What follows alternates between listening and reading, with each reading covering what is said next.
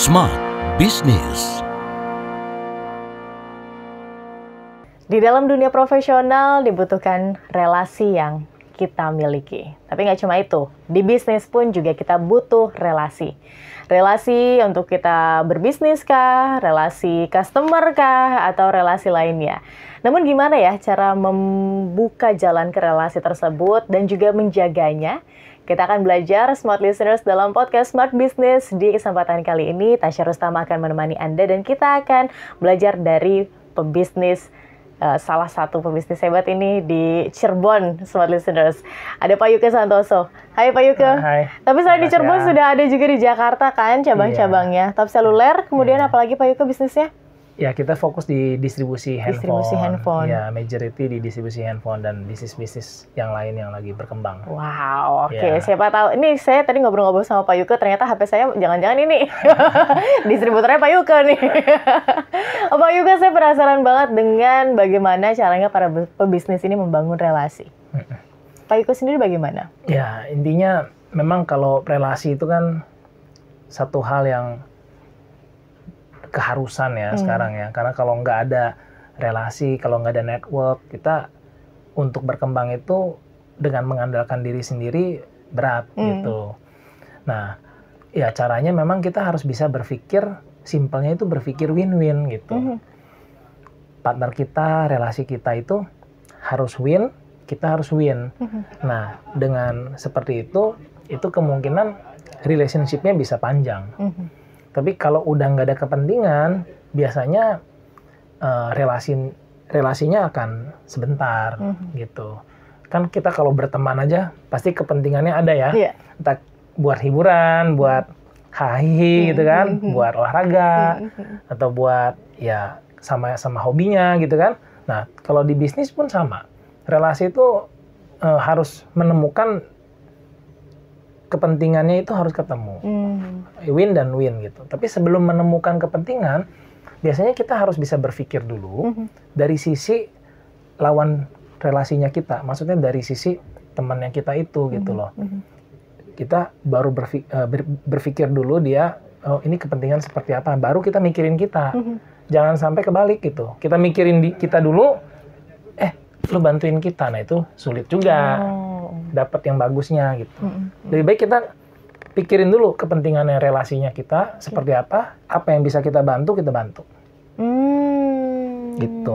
Berarti dibalik ya, bukan saya butuh kamu jadi saya deketin kamu, tapi kamu butuh apa dari saya biar saya bantu hingga akhirnya nanti ya jadi win-win solution. Iya betul. Memang ujungnya itu kita punya relasi itu kan bagaimana bisa saling menguntungkan. Kalau yang satu untung, yang satu nggak untung, mungkin 1-2 kali kejadian bisa terjadi. Buat yang untung akan senang. Buat yang nggak untung, dia akan kapok. Ya, kapok ini akan menjadi cerita buruk. Gitu. Nah, cerita buruk ini yang harus sebetulnya buat semua pebisnis itu kita harus hindari sih. Ya, buat profesional juga saya rasa harus seperti itu ya. Kalau dia terima gaji, tapi nggak kasih kontribusi ke perusahaan, manajemennya dengan alarm yang bagus, bisa ngetahuin, pasti nggak mungkin mau lama-lama juga. Ya kan? Jadi ini kita harus posisi win-win ini sangat-sangat penting di dunia kerja, di karyawan, di business owner, ya, di posisi yang tinggi sekalipun profesional, tetap harus mikir win-win sih kalau menurut saya. Oke, baik. Apakah semua orang bisa dijadikan relasi, Pak Yuke? Atau sebenarnya kita perlu cukup selektif nih dalam melihat siapa orang yang jadi relasi kita, jadi teman kita, apalagi kalau kita ngomongin bisnis ya, untuk kerjasama dan lain-lain. Ya, kalau buat bisnis, khususnya jadi partner itu kita memang harus benar-benar selektif ya. Kalau partner ini itu seperti kita tuh memilih pasangan hidup. Ya. Jadi faktor pasangan hidup, faktor partner itu sangat berpengaruh. Itu masih kategori 5 besar faktor kesuksesan. Gitu. Jadi kalau kita punya pasangan hidup yang tepat, partner yang tepat, itu biasanya itu jadi seperti kita berkeluarga itu dua kepala jadi lebih tepat gitu. Tapi kalau nggak tepat dua kepala, yang satu mau ke kiri, yang satu mau ke kanan, itu kira-kira jadi tujuannya itu nggak pernah nyampe gitu kan. Jadi ini kalau kepala yang tepat, satu bisa ngertiin si B bisa ngertiin si A. Ini akan bisa jadi kolaborasi yang bagus karena kita punya waktu terbatas, punya tenaga terbatas, tentunya kita butuh bantuan dari relasi kita untuk menyelesaikan visi dan misinya. Gitu. Baik. Gimana Pak Yuke untuk para pebisnis untuk bisa mendapatkan relasi yang baik? Karena kadang begini, namanya bisnis dia fokus aja nih dengan bisnisnya. Hingga ya namanya pertemanan yang dia punya ya hanya di lingkup bisnisnya saja. Misal dia punya kios di situ, ya udah pertemanannya atau relasinya ya hanya di sekitar situ saja. Pun juga business owner, ya udah hanya di perusahaannya dia saja. Nah ini gimana Pak Yuke untuk mencari begitu ya relasi yang tepat sesuai dengan tadi win-win yang ingin didapatkan? Oke, sebetulnya ini kembali ke tujuan hidup dan tujuan organisasi si leader dan si business owner-nya. Kalau memang tujuannya dia punya tujuan yang besar, yang dia rasa memang nggak bisa dikerjakan sendiri, dia harus cari relasi. Tapi kalau dia rasa kerjaannya itu bisa dikerjakan sendiri, cukup dengan tim, berarti timnya itu yang menjadi relasinya dia. Gitu.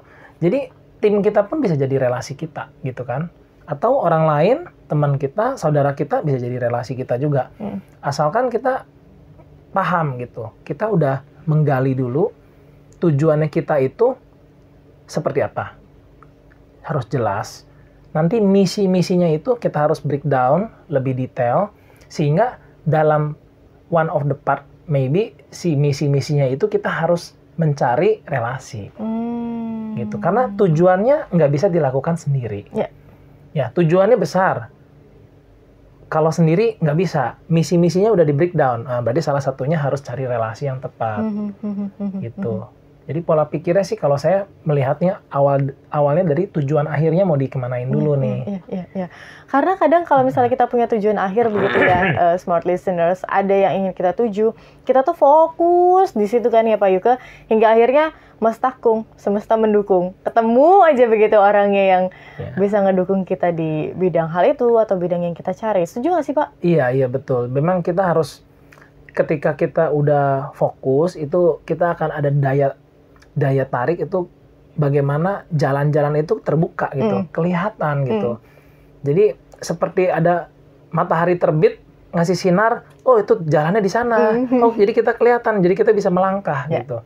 Memang ini butuh kesabaran, butuh keuletan, butuh konsistensi untuk mengejar kita punya cita-cita gitu. Ya di samping kita harus punya keseimbangan juga sih di antara ya jangan sampai kita terlalu hektik ya. Jadi malah kita nggak bisa kelihatan gitu, kecapean sendiri gitu. Memantaskan diri terhadap relasi yang kita tuju perlu nggak Pak? Memantaskan diri ya. Misal relasi yang ingin kita tuju adalah business owner yang hanya sudah levelnya sudah tinggi begitu nih. Berarti kita kan mau gimana ya cara melihat pola pikirnya mereka, cara mereka berteman begitu ya, membentuk relasi. Terus kita memantaskan diri dengan hal itu perlu nggak Pak? Oh wajib ya, wajib sih. Karena satu-satunya yang abadi itu adalah kepentingan. Kalau kepentingannya tidak match, kita tidak mungkin bisa jadi relasinya mereka. Jadi kepentingannya ini harus match. Salah satu caranya adalah kita memantaskan diri gitu kan. Memantaskan diri itu seperti apa sih? Ya kita harus bisa improve value-nya kita, skill-nya kita gitu kan. Kita improve gitu. Nah dengan cara yang belajar terus, semangat pantang menyerah, mencari jalan terus, dengan punya attitude yang bagus, itu orang-orang yang seperti itu akan mampu menjadi relasi yang bagus untuk si partner yang lebih besar gitu. Karena partner yang lebih besar biasanya punya lebih banyak uang, punya lebih banyak resources, tapi kurang tenaga dan waktu.